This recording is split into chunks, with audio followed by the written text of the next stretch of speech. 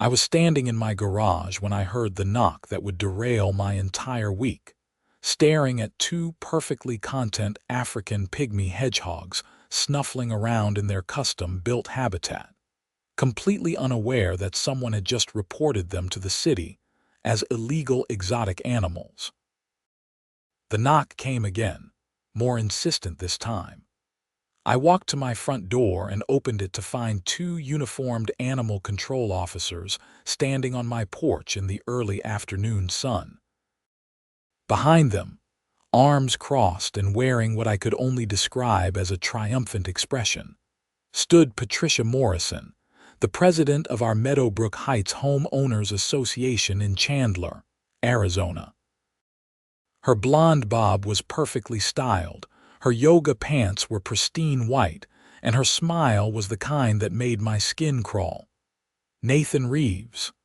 the taller officer asked, checking his clipboard. "That's me," I said, already knowing this couldn't be good if Patricia was involved.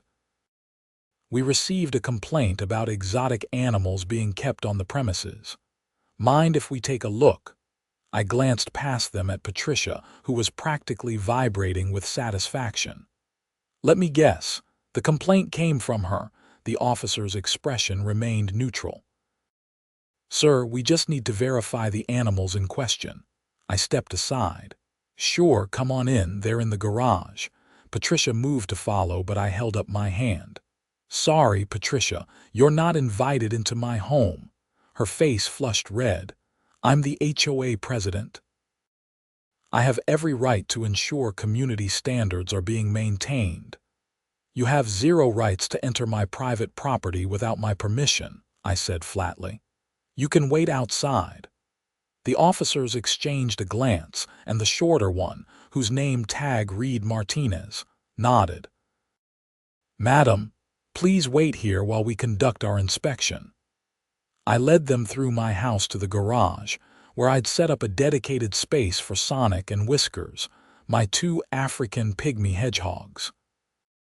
The habitat was a large custom enclosure with proper heating, multiple hiding spots, a wheel, and all the amenities they needed. Both hedgehogs were currently exploring their space, occasionally stopping to investigate new scents. "These are the animals in question?" Officer Martinez asked, leaning down to look at them more closely. "Yes, two African pygmy hedgehogs. I've got all their paperwork, veterinary records, everything." The taller officer, whose name tag said Thompson, was already pulling out his phone. He typed for a moment, read something on his screen, then looked at his partner. "African pygmy hedgehogs are completely legal in Arizona. They're not on the restricted species list." "That's what I tried to tell Patricia when she confronted me about them last week," I said. "But she insisted they were dangerous exotic animals that violated HOA rules." Martinez turned to me. "May we see the veterinary records anyway, just for our report?" "Absolutely." I retrieved the folder I kept in the garage cabinet, containing health certificates, vaccination records, and the purchase documentation from a licensed breeder in Phoenix. Both officers examined the papers thoroughly. Thompson made notes on his clipboard. "Everything appears to be in order. The animals are legal, properly cared for, and you've maintained excellent records." He looked up at me. "We'll need to file a report stating the complaint was unfounded. You're not in violation of any city ordinances." Relief washed over me, though I knew this wasn't really over. "Thanks for being reasonable about this." We walked back to the front door, where Patricia was pacing on my driveway, her phone pressed to her ear. She ended her call abruptly when she saw us. "Well," she demanded, "are you confiscating those dangerous animals?" Officer Thompson shook his head. "Madam, African pygmy hedgehogs are legal pets in Arizona. Mr. Reeves is not in violation of any laws." Patricia's mouth fell open. "But they are exotic. They could be carrying diseases. They could escape and hurt children. They're domestically bred hedgehogs," Martinez explained patiently. No more exotic or dangerous than a hamster or guinea pig. The complaint is unfounded. This is ridiculous. Patricia's voice rose to a near shriek. I know my rights as an HOA president. Those animals violate our community standards. I couldn't help myself. Show me where in the HOA bylaws it says I can't have hedgehogs. She sputtered for a moment. The bylaws clearly state no exotic or dangerous animals. And the animal control officers just confirmed they are neither exotic nor dangerous under Arizona law. I crossed my arms. So unless you want to argue with state law, I think we're done here. The officers were already heading back to their vehicle. Thompson called over his shoulder. Have a good day, Mr. Reeves. Sorry for the inconvenience. Patricia stood there for a long moment, her face turning an alarming shade of red. This isn't over, she hissed. I'll be calling an emergency HOA board meeting. Those creatures are a nuisance, and I'll make sure everyone in this neighborhood knows what kind of person keeps such animals. You do that, I said calmly, though my heart was pounding. But be careful about what you say. Slander is a real thing. She turned on her heel and marched back toward her house, which was unfortunately just 4 doors down from mine. I watched her go, knowing this was just the beginning of what would likely be a long and exhausting battle. I'd moved into Meadowbrook Heights 6 months ago, attracted by the reasonable home prices and the proximity to my job as a software developer at a tech company in Phoenix. The neighborhood was typical suburban Arizona. Beige stucco houses with desert landscaping, strict water usage rules, and an HOA that seemed determined to regulate everything from mailbox color to the exact height of your grass. I'd read through the bylaws before purchasing, noting the usual restrictions on parking, exterior modifications, and noise levels. Nothing about specific pet restrictions beyond the standard no dangerous or exotic animals clause, which was vague enough to be essentially meaningless. I'd gotten Sonic and Whiskers 3 months ago, after doing extensive research on low-maintenance pets that would be good companions for someone who worked from home. Hedgehogs were perfect, quiet, clean, nocturnal enough that they didn't interrupt my video calls and endlessly entertaining to watch. I'd invested in a proper setup, consulted with an exotic animal veterinarian, and made sure I was following all best practices for their care. Patricia had first approached me about them 2 weeks ago. I'd been in my garage with the door open, cleaning out their habitat, when she'd walked by with her tiny, yapping Pomeranian.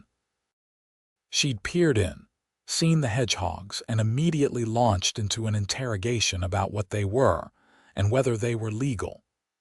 I'd politely explained they were hedgehogs and completely legal, but she'd made it clear she found them unacceptable for the neighborhood. The next day, I'd received a formal letter from the HOA stating that I was in violation of community standards and needed to remove the exotic animals from the property within 30 days or face fines. I'd responded with a detailed letter explaining that hedgehogs were legal in Arizona and requesting clarification on which specific bylaw I was violating. Patricia had responded with an even more aggressive letter, this time threatening immediate fines of $500 per day if I didn't comply. That had been a week ago. Clearly, she'd decided to escalate by calling animal control, probably hoping they'd confiscate Sonic and Whiskers on the spot. The fact that her plan had completely backfired gave me a small sense of satisfaction, but I knew Patricia wasn't the type to give up easily. I spent the rest of the afternoon documenting everything, photographing the animal control officer's report, scanning all my hedgehog paperwork, and creating a detailed timeline of Patricia's harassment. My best friend Marcus had dealt with a nightmare HOA situation at his last place in Temp, and his advice had been simple. Document everything. Keep all communications in writing, and never assume the HOA will act in good faith. That evening, I was sitting on my back patio with a beer when my phone rang. The caller ID showed my neighbor from across the street, Bill Chen. "Hey, Bill," I answered. "Nathan, I just heard about what happened with Patricia and animal control. She's telling everyone you're keeping illegal animals and putting the whole neighborhood at risk." Bill sounded frustrated. "I wanted you to know she's already sent an email to the entire HOA mailing list calling for an emergency meeting tomorrow night." I rubbed my forehead. "Of course she did. Thanks for the heads up. For what it's worth, most people think she's being ridiculous. Jenny and I have been over here looking up hedgehogs online. They're adorable. We had no idea they were even legal to keep as pets." "They're great," I said. "Quieter than most people's dogs, cleaner than most cats, and they mind their own business." "Well, I'll be at the meeting tomorrow to speak up for you. Patricia's been on a power trip ever since she became president last year. Someone needs to push back." After we hung up, I opened my laptop and started preparing for the meeting. I printed out copies of the Animal Control Report, Arizona's exotic animal laws, and the veterinary records. I also printed out the HOA bylaws, highlighting the vague language about exotic or dangerous animals, and noting that it provided no clear definitions or examples. The meeting was scheduled for 7 o'clock the next evening at the community clubhouse, a small building near the neighborhood entrance that housed a gym, pool, and meeting room. I arrived at 6:45, carrying my folder of documentation. Several neighbors were already there, including Bill and his wife Jenny, an older couple named the Hendersons who lived next door to me, and about a dozen other residents I recognized by sight. Patricia was at the front of the room, setting up a laptop and projector. She glanced at me when I entered, her expression sour. The other board members, including Vice President Richard Kowalski, Secretary Linda Thompson, and Treasurer Mark Davis, sat at a long table facing rows of chairs. I took a seat in the second row, and Bill and Jenny sat on either side of me. "Big turnout," Bill murmured. "Word spreads fast." By 7, the room was packed with at least 40 residents. Patricia called the meeting to order, banging a gavel with unnecessary force. "Thank you all for coming on short notice," she began. "We're here tonight to address a serious violation of our community standards. One of our residents has been keeping exotic animals in his home, putting our neighborhood's safety and property values at risk." I raised my hand. "Point of order. The animals in question were inspected by Animal Control yesterday and found to be completely legal." Patricia's nostrils flared. "Legal does not mean appropriate for a residential neighborhood, Nathan." "Then show me the specific bylaw I'm violating," I said calmly. She clicked her remote, and the projector displayed a section of the HOA bylaws. Section 12, subsection C clearly states that no exotic or dangerous animals may be kept on any property within Meadowbrook Heights. "And what's the definition of exotic or dangerous?" I asked. "It's obvious to anyone with common sense. Actually, it's not." I stood up, holding my folder. "Arizona state law provides clear definitions and lists of restricted species. African pygmy hedgehogs are not on that list. They're classified as domesticated pets, no different from hamsters or gerbils." A woman I didn't recognize spoke up from the back. "What even is a pygmy hedgehog?" "They're small, domesticated mammals," I explained, pulling out my phone to show pictures. "They're about 6 inches long, they eat cat food and insects, and they're completely harmless. They can't hurt anyone, they don't make noise, and they're kept indoors in an enclosed habitat." I passed my phone around so people could see. Several residents leaned in, and I heard murmurs of "they're so cute," and I had no idea those existed. Patricia was turning red again. The cuteness is irrelevant. The point is that Nathan went ahead and got these animals without HOA approval. The bylaws don't require HOA approval for indoor pets, I countered. Only for exterior modifications, parking, and landscaping changes. I checked before I got them. Richard Kowalski, the vice president, cleared his throat. He was a retired accountant in his 60s, and from what I'd heard, he often disagreed with Patricia's more extreme positions. "Patricia, do we have any documented cases of hedgehogs causing problems in residential areas?" "That's not the point," Patricia snapped. "The point is maintaining our standards." "But it kind of is the point," Bill said, standing up. "If we're going to restrict what people can keep in their own homes, there should be a legitimate reason beyond just someone's personal feelings." Several people nodded in agreement. I could see Patricia losing control of the room. "Let me share what the animal control officers found," I said, pulling out copies of their report. I walked around, handing them to board members and nearby residents. Both officers confirmed the animals are legal, properly cared for, and pose no threat to anyone. One of them even said I was providing excellent care. Patricia snatched one of the reports from Mark Davis's hands and scanned it, her lips pressed into a thin line. "Fine. Even if they're technically legal, they're still a nuisance. I've heard complaints from multiple neighbors about strange noises and smells." "That's a lie," I said flatly. "Hedgehogs are nearly silent, and when their habitat is properly maintained, there's no smell. Name one neighbor who complained." "I'm not required to reveal my sources."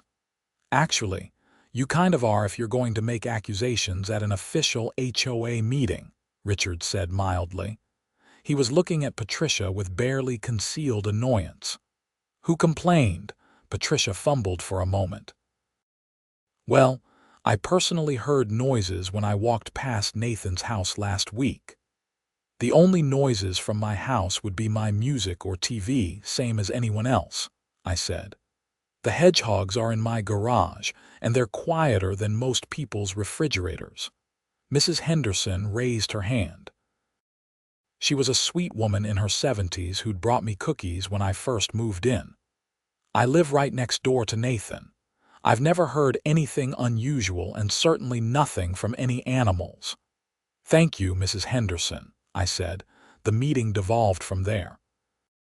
Patricia tried to maintain control, but more and more residents spoke up, either defending me or questioning why the HOA was wasting everyone's time on this issue. After 45 minutes of increasingly heated debate, Richard finally called for a vote on whether to fine me for the hedgehogs. The vote was 3-1, with Patricia being the only vote in favor of fines. She looked like she wanted to flip the table. "This is absurd," she shouted. "I'm the president.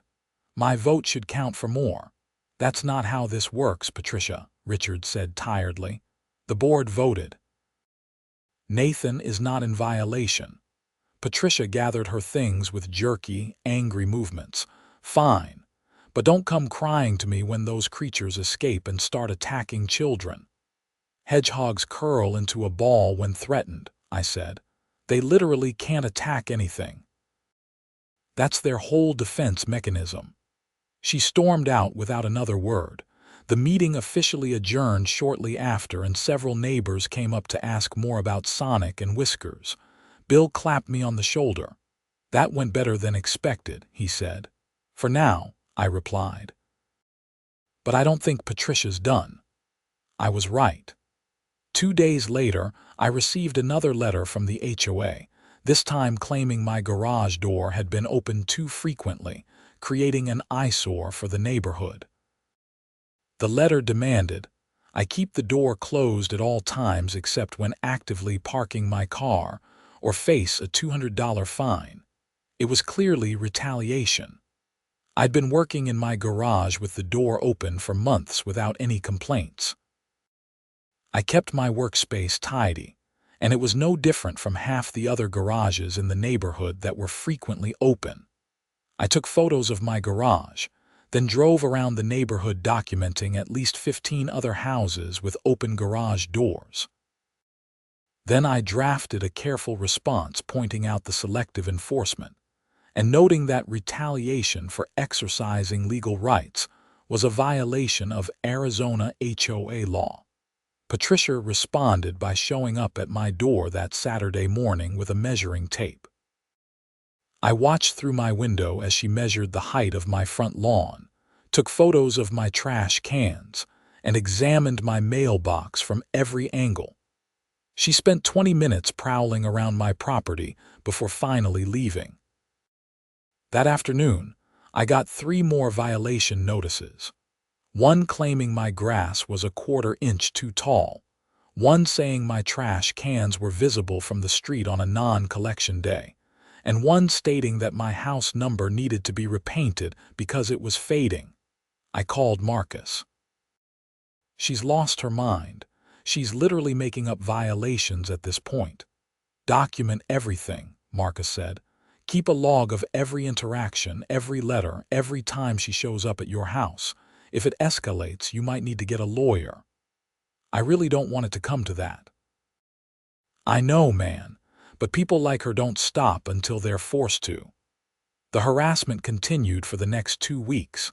Patricia sent me violation notices almost daily, each one more nitpicking than the last. My doormat was the wrong color. My outdoor light bulb needed to be replaced because it wasn't bright enough. There were weeds in my gravel landscaping.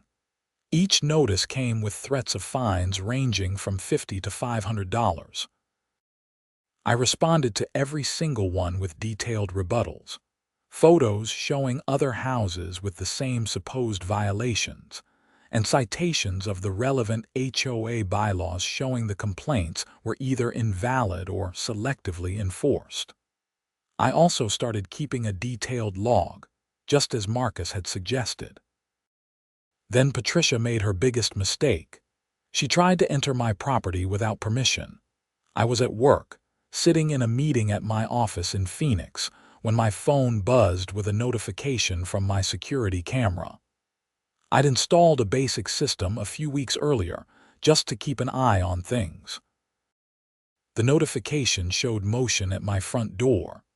I pulled up the live feed on my phone and watched as Patricia tried the doorknob, found it locked, then walked around to my side gate.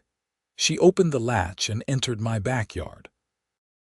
I immediately excused myself from the meeting and called the non-emergency police line. "I have someone trespassing on my property right now. I have it on video." The dispatcher took my information and said an officer would be dispatched. I stayed on the app, watching as Patricia peered through my back windows, tried the sliding glass door, then made her way to the garage side entrance. That door was also locked, but she tried it several times.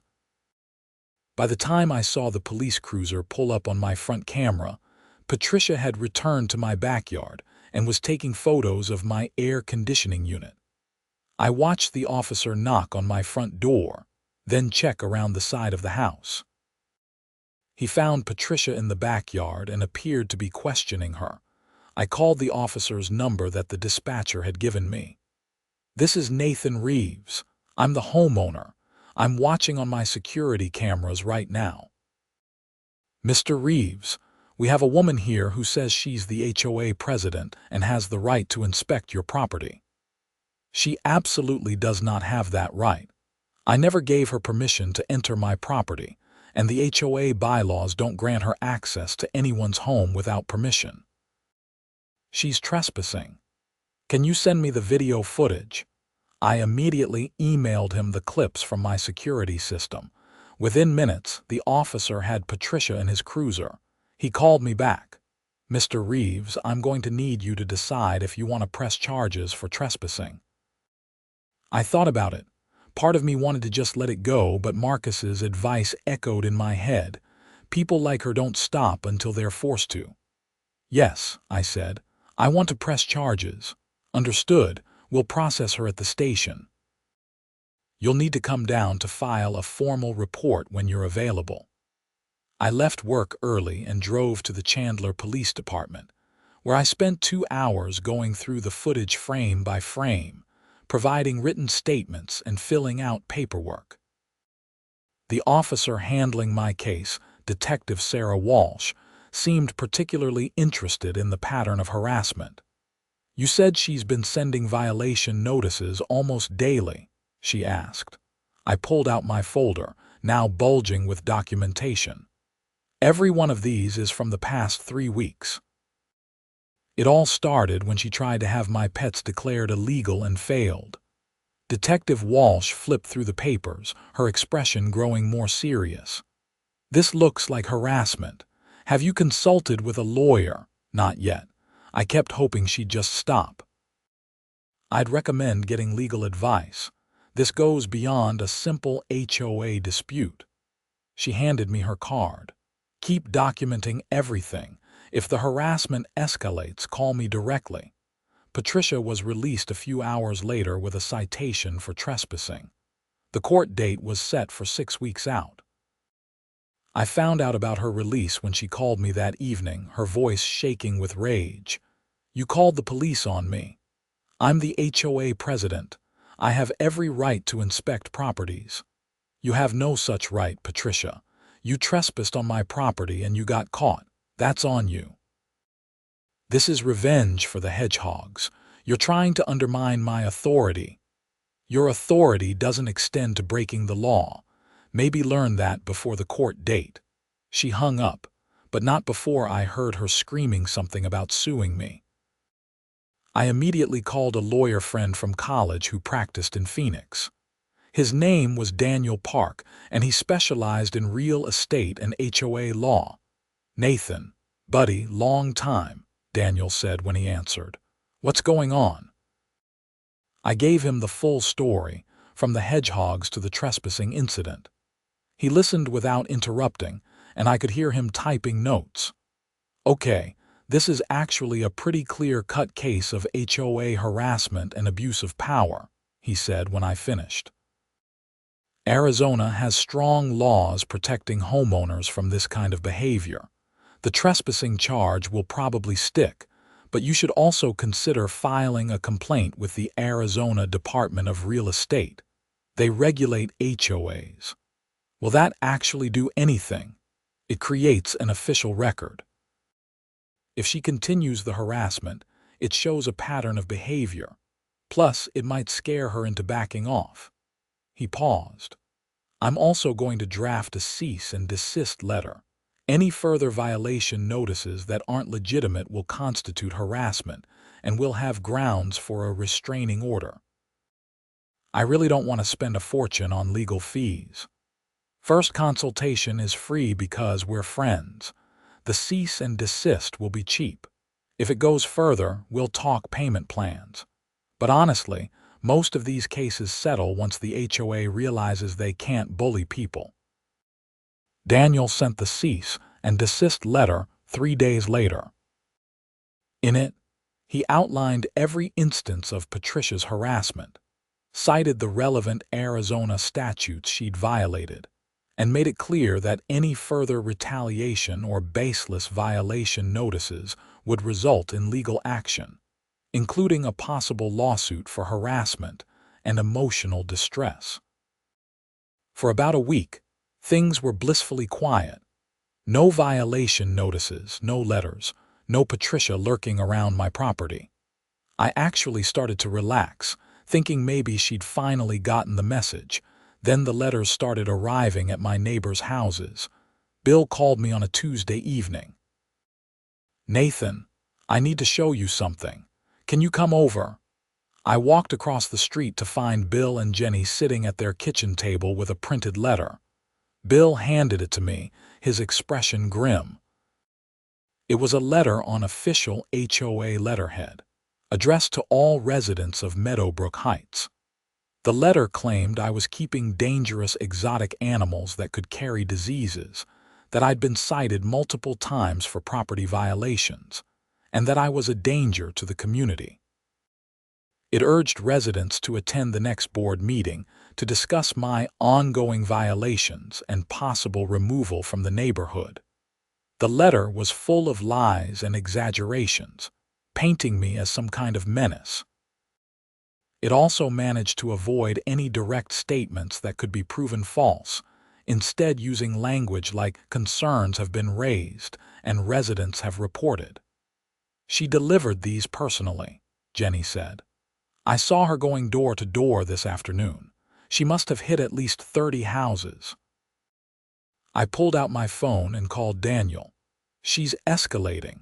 I need your help. The next morning, Daniel filed a formal complaint with the Arizona Department of Real Estate detailing Patricia's harassment campaign. He also filed an emergency motion for a restraining order, arguing that her behavior constituted stalking and harassment. The hearing for the restraining order was scheduled for the following week. In the meantime, Daniel advised me to avoid any contact with Patricia and to keep documenting everything. But Patricia wasn't done. 2 days before the hearing, I came home from work to find all 4 of my tires slashed. There was no direct evidence it was her, but the timing was suspicious. I filed a police report and had my security cameras checked, but whoever did it had approached from an angle the cameras didn't cover. The insurance will cover it, the claims adjuster told me. But yeah, this looks personal. I had to rent a car while waiting for the tire replacement, which meant more time and money wasted on Patricia's vendetta. I was starting to feel worn down by the constant stress. The restraining order hearing was held in a Maricopa County courtroom on a Thursday morning. I sat with Daniel at one table while Patricia sat with her own lawyer, a stern-looking woman in an expensive suit, at another. The judge, a no-nonsense woman in her 50s named Judge Andrea Quartz, reviewed the documents both sides had submitted. Miss Morrison, the judge began, I've read Mr. Reeves's complaint and supporting documentation. The evidence shows a pattern of harassment that began when Mr. Reeves refused to remove his legally owned pets. Can you explain your actions? Patricia's lawyer stood. Your Honor, Miss Morrison was simply performing her duties as HOA president. The violation notices were legitimate attempts to maintain community standards. Judge Quartz looked over her glasses. 37 violation notices in 3 weeks seems excessive, counselor. And the trespassing incident, Miss Morrison believed she had the right to inspect the property as part of her HOA duties. The law disagrees. The HOA bylaws submitted to this court don't grant such authority. The judge turned to me. Mr. Reeves, you're asking for a restraining order preventing Miss Morrison from contacting you or coming within 100 feet of your property. Is that correct? Yes, Your Honor, I said, standing up. I just want to live in peace. I've done nothing wrong. My pets are legal, I maintain my property, and I've followed all legitimate HOA rules. Miss Morrison has made my life miserable because I wouldn't bow to her demands. The judge nodded and made some notes. I'm going to grant a temporary restraining order for 90 days. Miss Morrison, you are not to contact Mr. Reeves directly or indirectly. You are not to come within 100 feet of his property, and you are to cease all harassment. Any further violation notices must be reviewed and approved by the other board members before being sent. Do you understand? Patricia looked like she'd been slapped. Your Honor, how am I supposed to do my job as HOA president if I can't communicate with residents? You can communicate with Mr. Reeves through official HOA business conducted by other board members or through your legal counsel. What you cannot do is continue the pattern of harassment documented in this case. Judge Quartz banged her gavel. We'll reconvene in 90 days to determine if a permanent order is necessary. Walking out of the courthouse, I felt like I could finally breathe. Daniel smiled and shook my hand. That went as well as we could have hoped. She's on a short leash now. What about the trespassing charge? That's still pending. Her court date is in 3 weeks. Based on what we saw today, I'd say she'll probably plead it down to a fine and probation. For the next month, things were blessedly quiet. Patricia couldn't contact me, and the other board members made it clear they wanted nothing to do with her crusade against me. Richard Kowalski actually called to apologize on behalf of the board. "We had no idea she was sending all those violation notices," he said. "If we'd known, we would have stopped her. That's not how this board is supposed to operate." "I appreciate that, Richard. There's actually going to be a special election next month. Several residents have requested Patricia be removed as president. After everything that's come out, I don't think she has the votes to stay." That was encouraging news. But I knew Patricia's trespassing court date was coming up, and I wasn't sure how she'd react to whatever happened there. The court date arrived on a muggy June morning. I'd been subpoenaed to appear as a witness, so I showed up in my best suit and waited in the hallway outside the courtroom. Patricia arrived with her lawyer, and though she couldn't come near me because of the restraining order, I could feel her glaring from across the hall. When the case was called, I was brought in to testify. The prosecutor played the security footage showing Patricia entering my property, trying my doors, and snooping around my backyard. It was damning evidence, and there wasn't much her lawyer could do to counter it. "Mr. Reeves, did you at any time give Miss Morrison permission to enter your property that day?" the prosecutor asked. "No, I did not. I've never given her permission to enter my property." "And does the HOA have any legal right to enter homes without permission?" "No. I've reviewed the bylaws extensively. There's no provision allowing uninvited inspections." Patricia's lawyer tried to argue that she had a good faith belief she was acting within her authority, but the judge wasn't buying it. Patricia was found guilty of criminal trespassing, sentenced to 6 months probation, and fined $1,000. She was also ordered to complete community service. As we filed out of the courtroom, I saw Patricia's face crumple. Her lawyer was talking to her in low, urgent tones. I felt a moment of something almost like pity, but then I remembered the slashed tires, the harassment, the stress she'd put me through over nothing. 2 weeks later, the special election was held. Patricia lost her position as HOA president in a landslide vote. Richard Kowalski took over as president, and the board immediately passed new rules limiting the president's power and requiring board approval for any violation notices. I thought that would be the end of it. I really did. But 3 days after losing her position, Patricia did something that crossed a line even I hadn't anticipated. She broke into my house while I was at work and tried to release Sonic and Whiskers. I got the alert on my phone. Motion detected in the living room. I pulled up the feed and felt my blood run cold. Patricia was inside my house, moving through the rooms with clear purpose. She was heading for the garage. I immediately called 911. "Someone is breaking into my house right now. I'm watching it on my security cameras." The dispatcher kept me on the line while officers were dispatched. I watched in horror as Patricia entered the garage, approached the hedgehog habitat, and opened the top. She reached in, trying to grab Sonic, but he curled into a ball and his quills pricked her hand. She yelped and pulled back, then tried again with Whiskers. "Please, please hurry," I said to the dispatcher. I'd started driving home as soon as I made the call, weaving through traffic faster than I should have. Whiskers was less defensive than Sonic and didn't curl up as tightly. Patricia managed to grab him, though awkwardly, and I watched as she carried him toward the open garage door. She was going to release him outside. Then I heard sirens on my security feed. Patricia froze, looked around frantically, and then just dropped Whiskers. He hit the concrete floor of my garage from about 4 feet up. I watched him bounce and tumble, and my heart stopped. Patricia ran.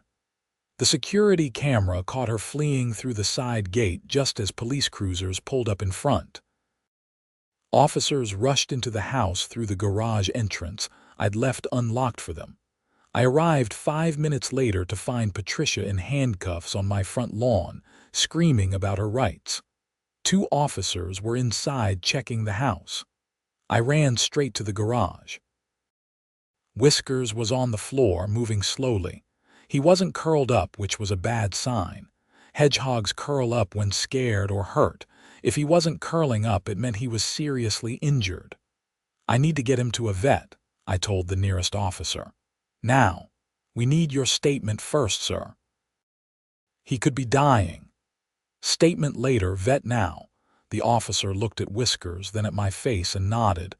Come to the station after. We have everything on video anyway." I carefully scooped Whiskers into a travel carrier, made sure Sonic was secure in his habitat, and rushed to the emergency exotic animal clinic in Phoenix. The vet, Dr. Sarah Martinez, took Whiskers immediately. "He has a fractured leg and possible internal injuries," she said after examining him. "We need to do X-rays and possibly surgery. It's going to be expensive." "I don't care. Save him, please." The next few hours were a blur of waiting, pacing, and trying not to think about Patricia's face as she dropped my pet like he was garbage. "Doctor." Martinez finally came out around 6 in the evening. He made it through surgery. The leg is pinned and should heal fine.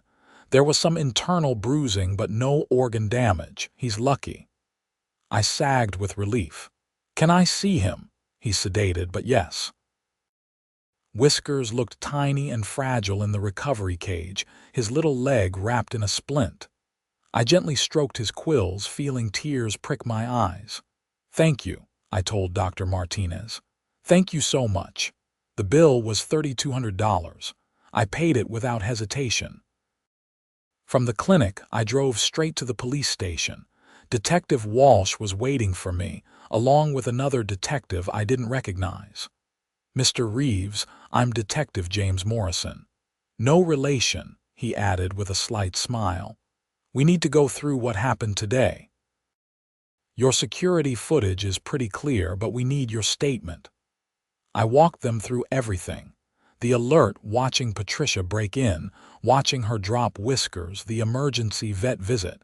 They took notes and asked clarifying questions. "How did she get in?" Detective Walsh asked. "I don't know. There's no sign of forced entry on the cameras. She must have picked the lock or found a way to get a key." "We found lock-picking tools in her car," Detective Morrison said. "She came prepared." "What's she being charged with?" "Breaking and entering, burglary, animal cruelty, and violating the restraining order." "The DA might add more charges." "This is serious, Mr. Reeves. She's looking at real jail time." The full weight of it hit me then.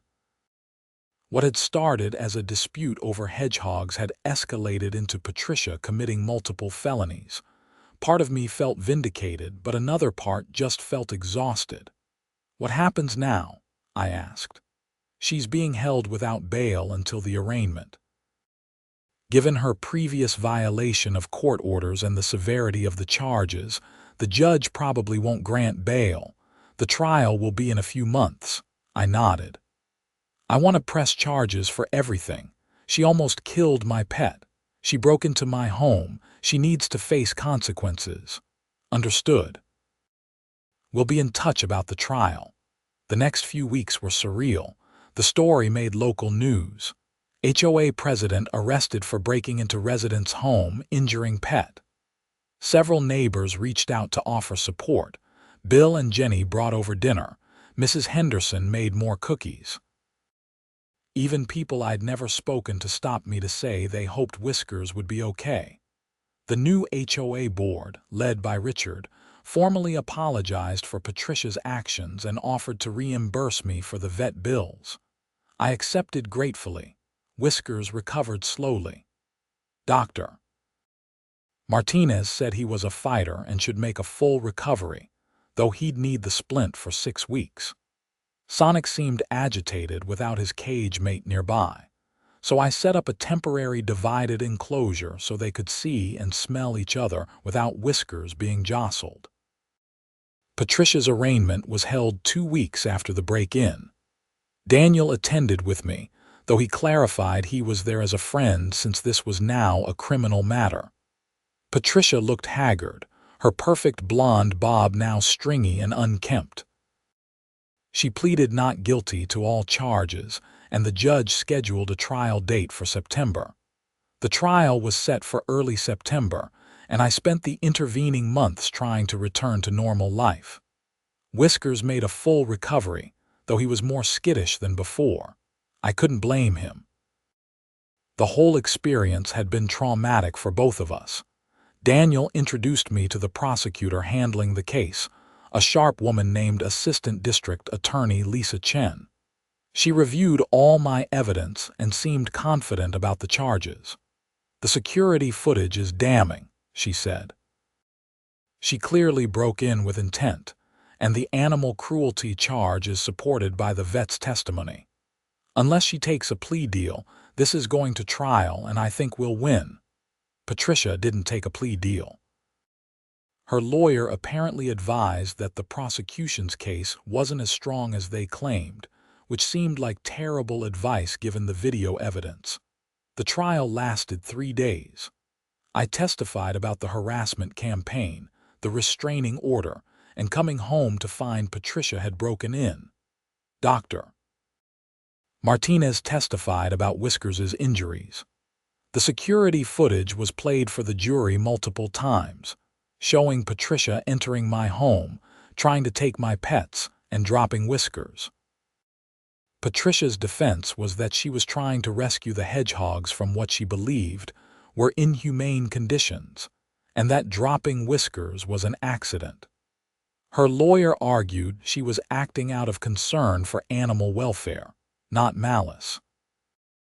The prosecution countered that Patricia had been told repeatedly the hedgehogs were well cared for, that she'd been ordered by a court to stay away, and that her actions showed clear intent to harm. Ada Chen showed the jury my vet records, photos of the elaborate habitat I'd built, and testimony from Dr. Martinez confirming the hedgehogs had been in excellent health before Patricia's break-in. The jury deliberated for 4 hours. When they came back, the forewomen read the verdicts, guilty on all counts. Patricia broke down sobbing. Her lawyer put a hand on her shoulder, but there was nothing to be done. The judge set sentencing for 3 weeks later.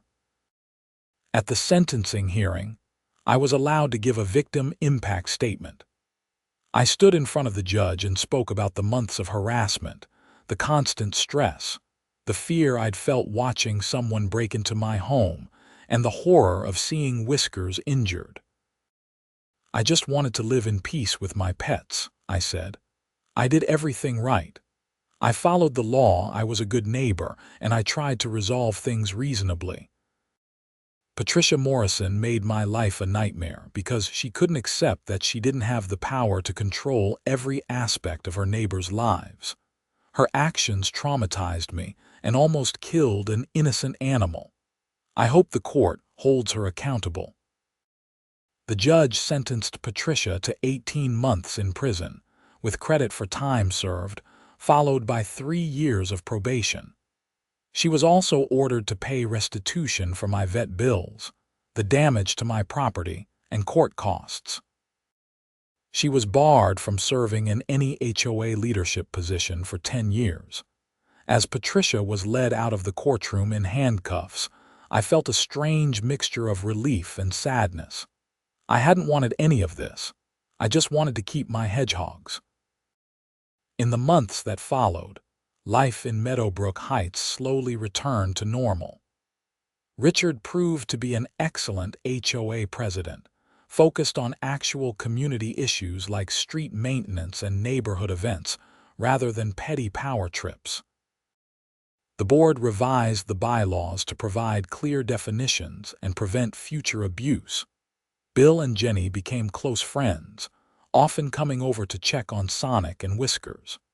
Several other neighbors asked about getting hedgehogs themselves, and I happily shared advice and breeder recommendations. The neighborhood actually started to feel like a community rather than a dictatorship. Whiskers made a complete recovery, though he remained more cautious than Sonic. The vet said that was normal after trauma, but that he seemed happy and healthy. I'd built an even larger habitat with more enrichment activities, and both hedgehogs thrived. I never heard from Patricia again. Her house went up for sale while she was in prison, and a nice young couple moved in. They had a golden retriever who barked more than Sonic and Whiskers ever had, but no one complained. That's how a normal neighborhood works. Looking back, the whole ordeal taught me a lot about standing up for yourself, the importance of documentation, and the reality that some people can't be reasoned with. Patricia had been so fixated on asserting her authority that she'd thrown her entire life away. She'd lost her position, her reputation, her freedom, all because she couldn't accept that hedgehogs were legal pets. The scar on Whiskers' leg, a small bald patch where they'd shaved for surgery, served as a permanent reminder of what we'd been through. But it also reminded me that I'd fought back, that I'd stood my ground, and that justice had been served. Daniel and I met for drinks about 6 months after the trial. He raised his beer in a toast. To hedgehogs, and to neighbors who actually have your back. I clinked my bottle against his. To sanity prevailing. You know, he said thoughtfully, I've been practicing HOA law for 15 years and I've seen some nightmare cases, but yours might take the cake. I've never seen someone go to prison over a HOA dispute before. She did it to herself, I said. I gave her so many chances to just back off. That's what makes it even more insane. At any point she could have just let it go, but she kept escalating until she committed felonies. He shook his head. Let this be a lesson. Never mess with a man's hedgehogs. I laughed, feeling lighter than I had in months. Words to live by.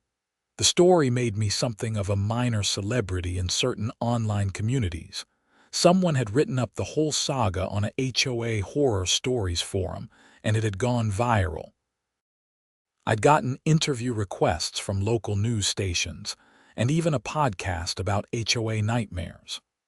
I declined most of them, wanting to put the whole thing behind me. But I did do one interview with a consumer advocacy website, hoping my story might help other people dealing with HOA abuse. The response was overwhelming. I received dozens of messages from people sharing their own HOA horror stories, asking for advice, or just expressing support. It made me realize how common these situations were and how powerless many homeowners felt. I started keeping a blog documenting HOA disputes and offering practical advice based on what I'd learned. Document everything. Know your rights. Don't be afraid to get legal help early, and never let bullies intimidate you into giving up your legal rights. The blog gained a modest following, and I felt like something good had come from the nightmare. One evening, about a year after Patricia's sentencing, I was sitting on my back patio with Sonic and Whiskers in a supervised outdoor playpen I'd built. They loved exploring the grass and hunting for bugs under my watchful eye. The Arizona sunset painted the sky in brilliant oranges and purples, and I felt genuinely at peace. My phone buzzed with a text from Marcus. Saw your blog post about HOA bylaws. Good stuff. How are the little guys doing? I snapped a photo of Sonic investigating a dandelion and sent it back. Thriving. Finally feels like we can just live normally. You earned it, man. Still can't believe that lady went that crazy over hedgehogs. People are weird about control, I typed back.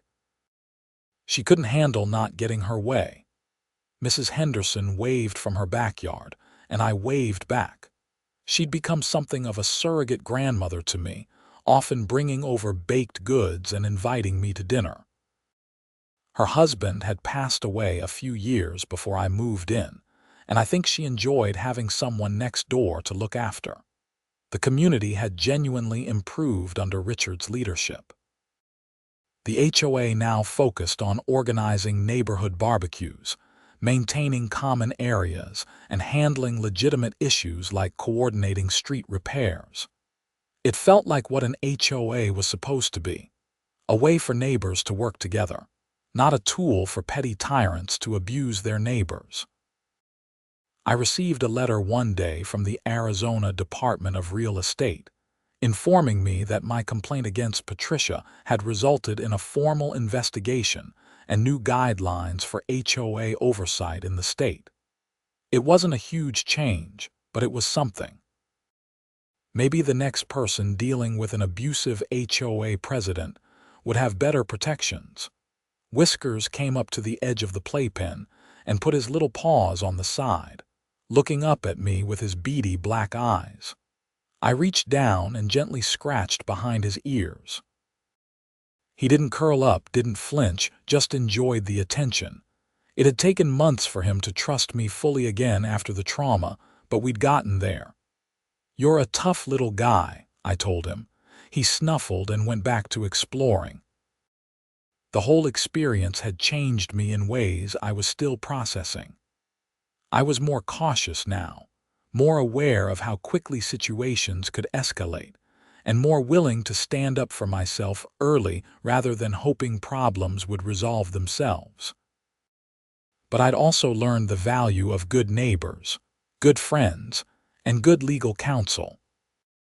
I'd learned that documentation could save you, that some battles are worth fighting, and that Hedgehogs, despite being small and quirky, could somehow become the center of a legal drama worthy of a television movie. Bill came out of his house and walked across the street. "Hey, neighbor.